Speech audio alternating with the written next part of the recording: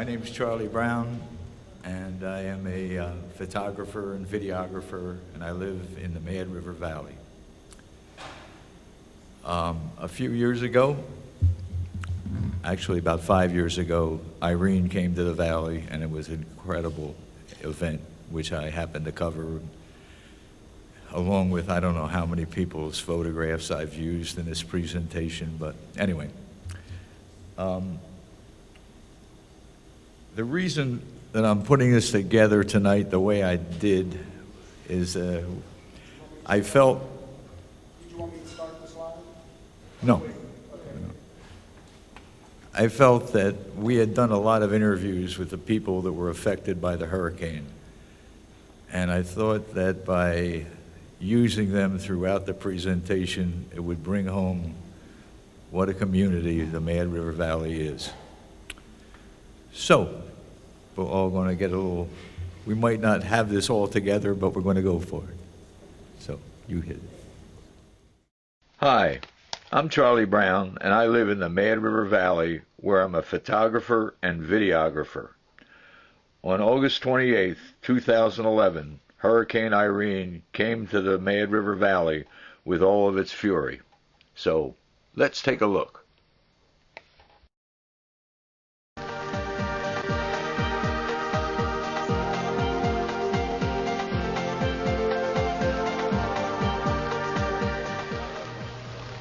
Bridge Street was underwater, and most of the businesses were really badly affected.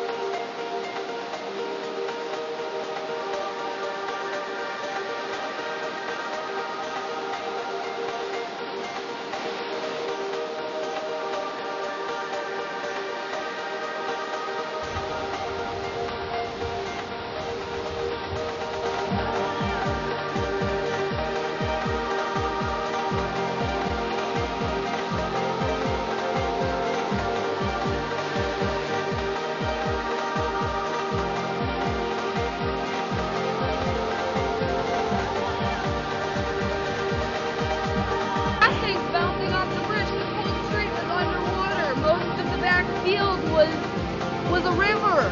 I mean, we couldn't get out of town. We couldn't go anywhere. We were stuck on our own. Everyone was stuck on their own little island.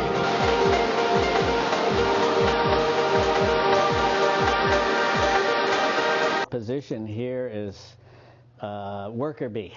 Otherwise, I would be so stressed not being able to help.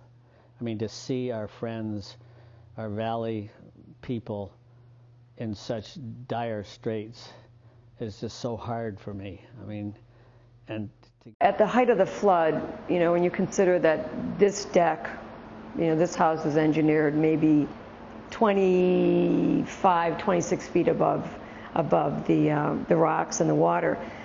We had water up to here in the house. So if you do the quick math, you're talking 25, 26 plus 5 or 6 feet. So you're talking 30, 31, 32 feet above the normal riverbank. The Butternut Hill Bridge was underwater. Of course, you couldn't stand on the bridge because you were wondering if the bridge was going to go. When the water receded, I was on my cell phone to my mom. She's like, I couldn't get the pigs out. I was like, oh no, the pigs, where'd the pigs go? Next day, I call my mom and she's like, they escaped. They swam to safety. Apparently, the pigs got out and swam to safety up onto Route 100.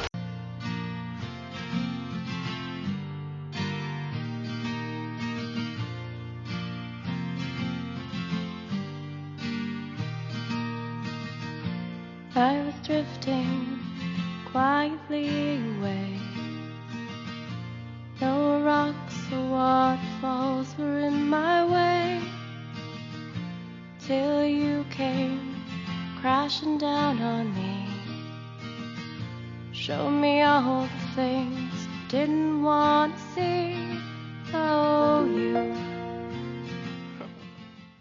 And nothing had happened to my house, so I just felt like, what can I do to help you? You know, what can I do to make sure our town gets back to our town? All these trees right here it was shaded, they were gigantic. They all got pulled over, bent down, broken. The water came up, you know, to the top of Johnny Summers' railing right there. The river came up about 45 feet in this section. I was born and raised here, so I was standing on the bridge and I started crying because his entire driveway was washed out and the whole town was devastated, and he had all these workers working here in his yard and they were walking over a little makeshift bridge. Possibly, I always felt like somebody could fall in the hole and hurt themselves as they were working. So.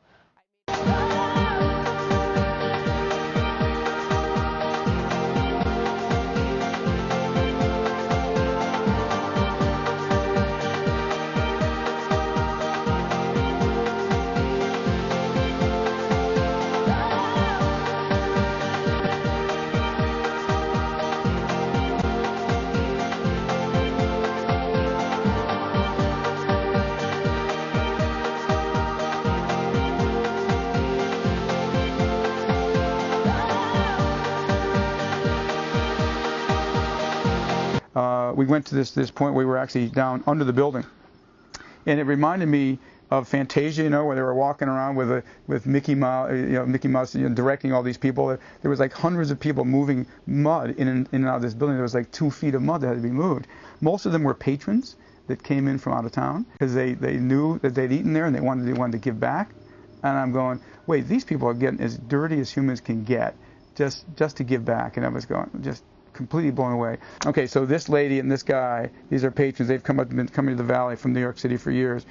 This lady got as dirty and as muddy as any woman I've ever seen, on purpose.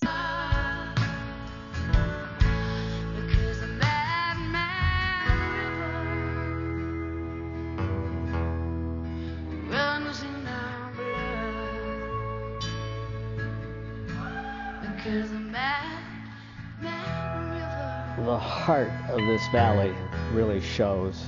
There's a community bond here that's very special. Runs in our blood.